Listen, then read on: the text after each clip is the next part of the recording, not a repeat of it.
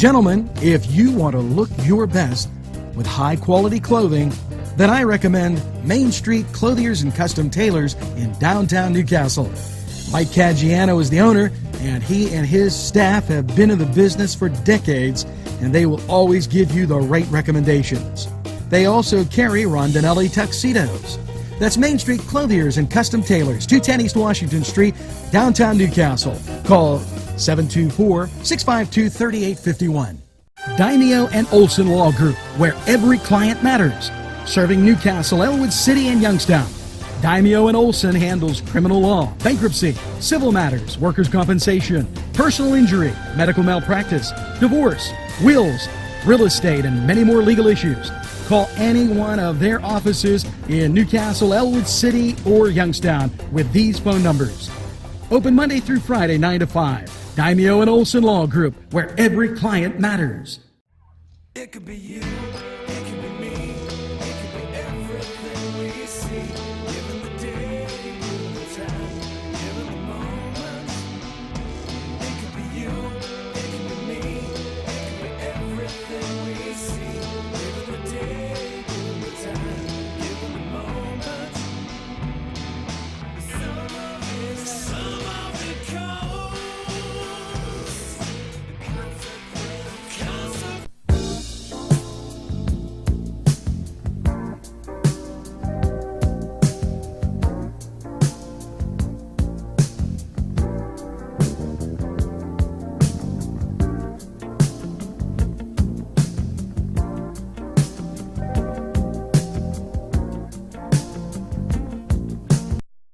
Bringing to NCTV45. Hi, welcome to the Washington Outsider on NCTV45. This is host Matthew Geiger from the Washington Outsider. Visit us at www.washingtonoutsider.org for our latest take on the news of the day. Now, we just had an election, the 2015 midterm, off-year election at that. And as you know, not usually a very popular election, and when it comes down to it, these kind of elections are about local politics. You get some state officials being elected, but for the most part, you're looking at local officials.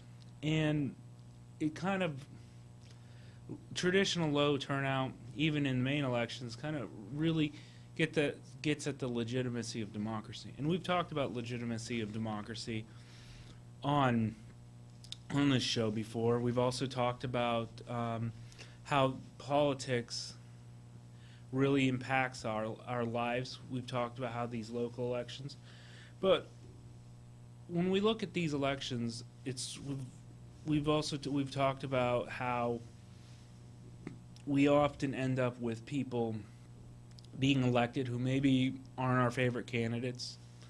We end up with people who we'd probably rather choose someone else if we could ultimately just pick a ballot. And it seems like there's a real permanent political class going on. We look at forward to 2016, which is really overshadowed. Even though there's a lot of people running, it really seems like the push is towards the main candidate. On the Democrat, it's Hillary Clinton. There seems to be a lot of resistance to Donald Trump. You see Ben Carson, different people who, it seems like whenever there's someone that what you would call the political establishment wants, it's almost a foregone conclusion. And when dissent comes up, that dissent is completely destroyed, is completely suppressed and lost. So what that does is it tends to undermine the legitimacy of elections. And when we look at politics, when we look at just the act of voting, we've seen a lot of discouragement because people don't feel the politics is going to actually solve problems. It's creating problems. And a lot of times it might be tempting to say, well, why even bother with politics? And I think, honestly, most people who don't vote regularly, who aren't involved, do. They would just rather say politics has no value. But the reason we do, there are reasons we choose politics, and there are reasons that it actually has value, despite what we see. And a lot of that value has to be that politics isn't just here to, squabble. It's actually the alternative to violence. It's the alternative. You know, if we look at historical, you know, Europe, for example, and the Middle East today, we see when people have these conflicts, when one group wants another, instead of settling them, instead of resolving them, they tend to degenerate into violence. Now, the reason we choose politics is because instead of engaging in violence, we engage in a dialogue. And the unfortunate thing is politics tends to mirror that reflection. And when politics fails, we're resorted back to that dissent from that that civil engagement down to these really what amount to brawls between countries, between peoples. At the same time, even if it doesn't degenerate into violence, whenever politics fails, we end up in situations where we no longer cooperate, where the integrity of a community starts to break down. And I think that's a part where we are in the United States, where we have these issues where we've really kind of come to a point where we no longer see the values in politics, so we're choosing by de facto the alternative. And the alternative is far worse than the infighting in politics. And I think a lot of the problem driving this is that people take the political process and have used it to their advantage. Instead of using it to avoid violence, to avoid, you know, grudges, conflicts, division, they've hijacked the political system to try and force their agenda on the people, their will on the people. And that's a lot of the problem. And we can see this sometimes a little better if we look out to the outside of the world. Now, one of the places we can look is Turkey. Now, they just had an election a few days before America did. And of course, this was actually the second round of elections.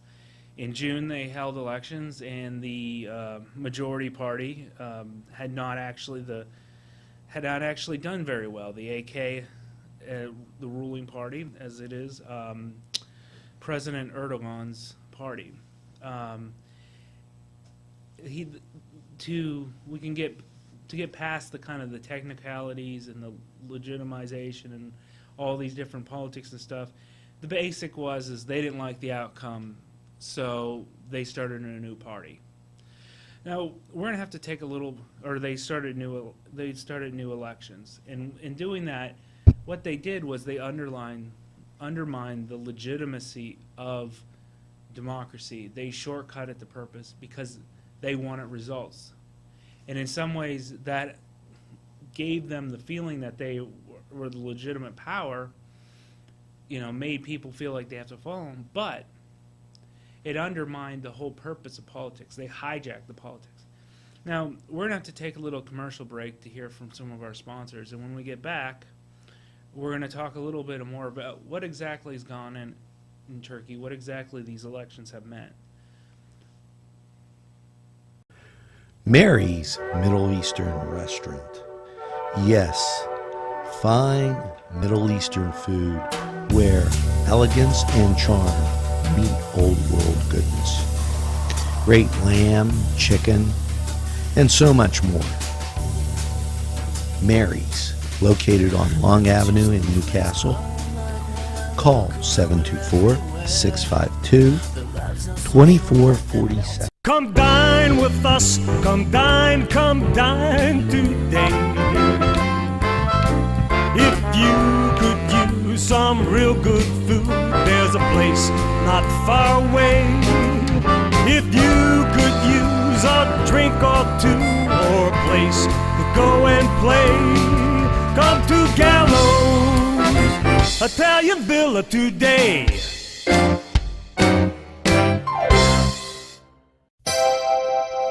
The Crane Room is a restaurant. The Crane Room is a bar. The Crane Room is a banquet facility. The restaurant will please you time after time with their diverse menu. Ask about their daily specials. See the menu at craneroom.com. The bar gives you an abundance of choices with 35 beers on tap and always changing. Their banquet services are always to perfection. The Crane Room, located at 3009 Wilmington Road in Neshannock Township. Call 724-656-1553. Hi, welcome back to the Washington Outsider on NCTV45. This is host Matthew Geiger from the Washington Outsider. Visit us at www.washingtonoutsider.org for our latest take on the news of the day. Now, one of the things we've been talking about is the value of politics, and that's important because people oftentimes just want to throw it away. It causes a lot of headaches. It seems like it's just a bunch of fighting, but it is the alternative to far worse situations, from war, from violence, from just a lack of civil engagement at all. And the inability to really overcome political infighting is very troubling because it leads back to these far worse things, because it makes the alternative to these things non-existent. And one of the major problems in this is whenever people in power co-opt the political situation to ensure their interests. The entire purpose of politics is to balance people's interests, not to crush them.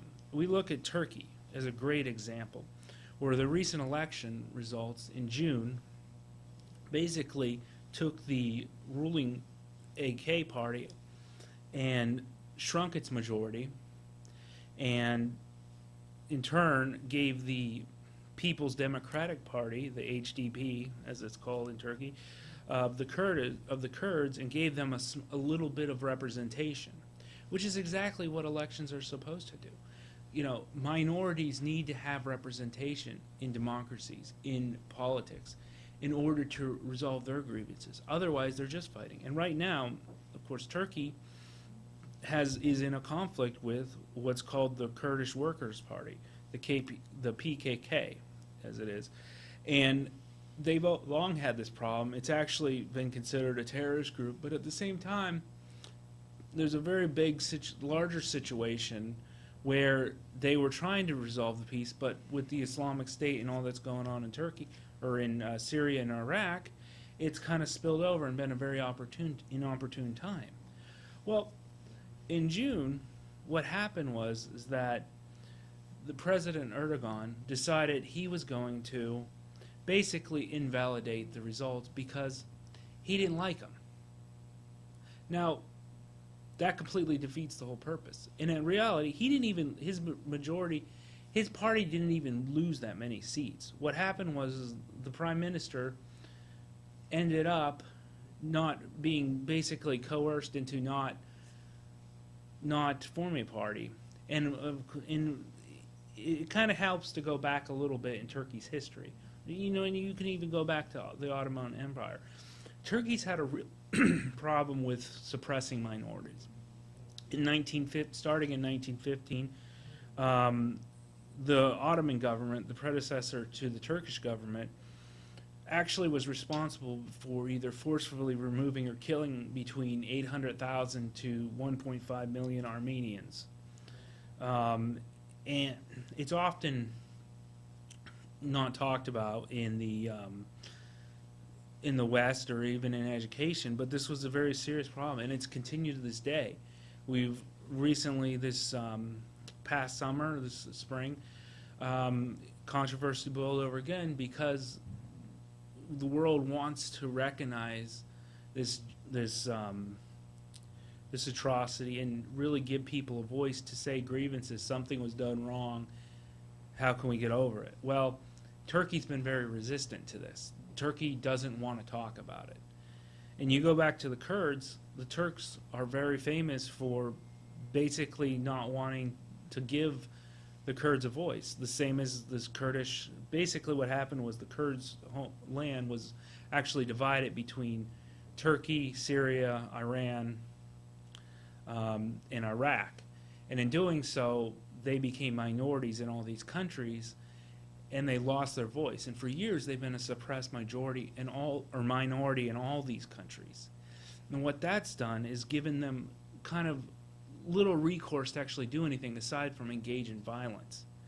And so, when we saw in Turkey this minority gain some representation in these June elections, what it did was it signaled that that politics had some value to them, that they could use the political system to actually express their interest, to maybe address some of the grievances. Now, minorities aren't going to get their way most of the time. They shouldn't. You know, they are minorities, but at the same time, they do have legitimate grievances, and their interests have to be included. That's what makes democracy successful, is that the majority rules, the majority on opinions, not necessarily a majority group, but the majority consensus rules, but the minority also has a say, and they're not completely suppressed, their interests, their views. And that's a big problem that's common, is that in Turkey, the interests of these people have been suppressed. In Erdogan's decision to actually hold elections again, essentially, well, it wasn't necessarily an overt decision, but there was a process to create a failed parliamentary system so that they would have to hold these elections, and it was done simply for the sake of ensuring the results he wanted. Now that undermines politics. That turns people away from politics. In the Middle East, we know what happens when they don't have political recourse. It's violence. We know that's why terrorism exists in the Middle East, because these groups are fighting instead of sitting down at tables. They don't have the history. We see this with the Islamic State. They want to suppress everyone else through violence instead of working with it. And groups that have been willing to work with have been brutally suppressed. Look at Syria as a prime example. People were rebelling against were dissenting from the government, peacefully protesting. They cracked down on them. Saudi Arabia cracked down on its party. Iran, a few years before the Arab Springs, did the same thing. Yemen, we've had a minority that's suppressed and that's become a violent outcry, and it's led to a big instability between the whole country, which was on the verge of collapse anyways, barely governed. And then you had Saudi Arabia now that's been bombing it. You also have the traditional conflict between the Palestinians and the Israelis. So really, violence is the convenient way. And so the politics in this case is the alternative, and we're trying to build legitimacy in the political system. And what this has done in Turkey is it's reversed the course that it was on and moved us away from, you know, making democracy actually have meaning, politics actually being the better alternative, an alternative to you don't have to have the violence. You not only don't have to have the violence, but you don't have to have, you can still have your interests met. And that's an important thing in the Middle East. Erdogan has basically reversed those gains. Now, at the same time, it's important to remember, in Turkey, the president is a largely ceremonial position. Now, when Erdogan was the prime minister, prime ministership held most of the power. Now that Erdogan's as the president, he's trying to increase the power of the president and decrease the power of the prime minister. In fact, he essentially dictates policy to the prime minister, who was charged with, after the June elections, building a coalition government, which would have had to include minorities. Instead, he chose not to even try. I mean, this was a complete disincentive. You know, he needed to form consensus. Instead, he avoided the situation in order to create new elections, in order to hold new elections. And although it got them the gains to get in control of the government, from the people, from the voters, from the people out there, from the minorities who feel unrepresented, they lost faith in the system. They'll turn away from the system. Now, there's been people have viewed the election results in Turkey as a little suspiciously, but there's been no hard evidence. And it may well just be that the Kurds didn't turn out as well vote. Their vote went from 13-something% to 11, almost, well, it was almost 14%, to down to 11%. Now, the situation is that in that situation, they still got ahead, which is good for them. Historically, they were getting some representation, better representation now. But it really makes you wonder. Now, let's assume there wasn't any corruption in the Turkish election. Let's assume that these second round of these rebooted elections are Erdogan got what he wanted. He got his supermajority to change the president's power to give him. What that tells me is that the Turkish or the Kurdish people are looking at democracy, politics in the Middle East and saying, this stuff isn't going to work for us. Why should we sit at the table? Why should we negotiate? Why should we even waste our time on politics? Let's turn to violence. Let's turn to other means. Let's not be part of the community. Let's support the guys, the PKK or whatever group is being violent, because they're at least trying to give us some representation. Now, we need to take a small break to hear from some of our local sponsors, but when we get back here, we're going to continue this conversation. In the meantime, a little bit of a thought. The founding fathers of America started this country because of and you could sum it up into a simple slogan: taxation without representation, governance without representation. And that's what Turkey's facing, and that's what a lot of Western countries are facing. We're getting to this point where politics is no longer valuable. Well, we'll be right back.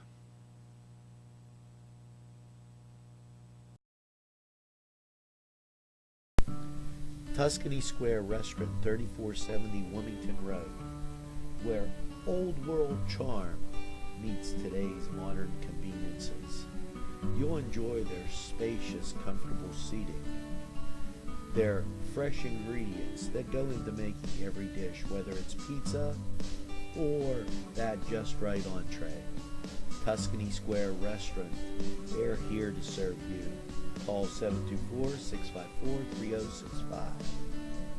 Whether it's a scheduled appointment or same-day service, DiCaprio Carpet Cleaning offers 24/7 service for commercial, industrial, and residential, as well as fire and water damage restoration. Using state-of-the-art technology, DiCaprio Carpet Cleaning experts are ready to professionally clean your carpet today. Call DiCaprio Carpet Cleaning for a free in-home estimate. Thank you for making us Lawrence and Mercer County's largest carpet cleaner. And remember, nobody gets your carpet cleaner. Joshua Sun Rehabilitation Center. From the moment you arrive, you know that you're in the right place. Dr. John Wrightson listens first. He pays attention to detail and then makes the determination. Joshua Sun Rehabilitation. We make the pain go away. All in a nutshell, 102 and 117 North Mercer Street in Newcastle. Visit Keith and Margot Jackson for that new look. The latest in women's and men's clothing. Treat yourself today. You'll be glad you did. Hi, welcome back to the Washington Outsider on NCTV45. This is host Matthew Geiger from the Washington Outsider. Visit us at www.washingtonoutsider.org for our latest take on the news of the day. Well, we've been talking about election results. Obviously, the United States had a 2015 election. Maybe you didn't notice it. It was an off-year one, and of course, we've really paid attention to what's been going on in 2016. There was also inside Congress, they had a little election, and we have a new House Speaker, Paul Ryan, and he's quite a powerful position, and oftentimes it becomes another position of the majority party. And in reality, it's supposed to be the Speaker is supposed to organize the events, not dictate things, not, suppress the minority. And so there's a lot of significance there. But when we look at all these situations, we have to keep in mind that politics isn't about hijacking government. It's not about getting into power. Politics isn't about politics. Government's not about government. Elections aren't even all about results. They're not. It's not. What it's about is ensuring people have a voice, ensuring people have representation, and maybe their interests their wants, their demands don't always get addressed. They don't always get their way. But they do need to to feel as though they have a voice, and they need to have the opportunity. But it's more than just appearance. It's about really giving people an alternative to violence to social, just not cooperating with society. A lot of communities inside the United States, suffer from a lack of community identity, a lack of cultural togetherness, a lot of, a lack of real engagement of each other with the government. And, we see this in the Middle East, where in a very kind of the violence we see in the Middle East, especially between government and protesters, between terrorists and, everyone else, the violence is a result because their alternative the alternative's not there. That the alternative fails to actually succeed. And when, sometimes, you can make an argument that terrorists, they're going to do what they're going to do, and we have criminals in the United States. But the reason criminals don't overtake us like they do in the Middle East is because enough people work together to support laws, to support groups that make an alternative, that we bring stability. And that's something that when you're elected, and really this isn't talking to the people who are really there to be good statesmen, who are there to really run their communities, to listen to what their people know. This is about the people who use government to legitimize doing whatever they want to, those who hijack it. And this doesn't just apply to government. I've talked on the Washington Outsider, and it's an important article under Tools for Analysis section, I believe Democracy, and the narrowing of the power elite, where the affluent in our country, their economic to political to all these ways that you can influence our culture, have really been consolidated into a single group. And what they've done is kind of take these civil institutions, these means of power in our society, and use them to ensure that their interests, their agendas are met, are propagated. But in doing so, they undermine the value of society. They undermine the value of cooperation, of community. And, the basic message is that when you don't have representation, you don't communicate. That's why the American Revolutionary War started. And, and to put it in another way is if you get into power, you get into a position of influence, you own a store, and you start screwing people over, or you treat people like garbage, you treat them like they're inferior, like they're nothing, then you turn around and ask them to shop at your stores. You turn around and ask them to help you with a social initiative, to donate money, to come down to a parade, to do something. Do you really expect them to actually do that? No, of course not. You really honestly can't.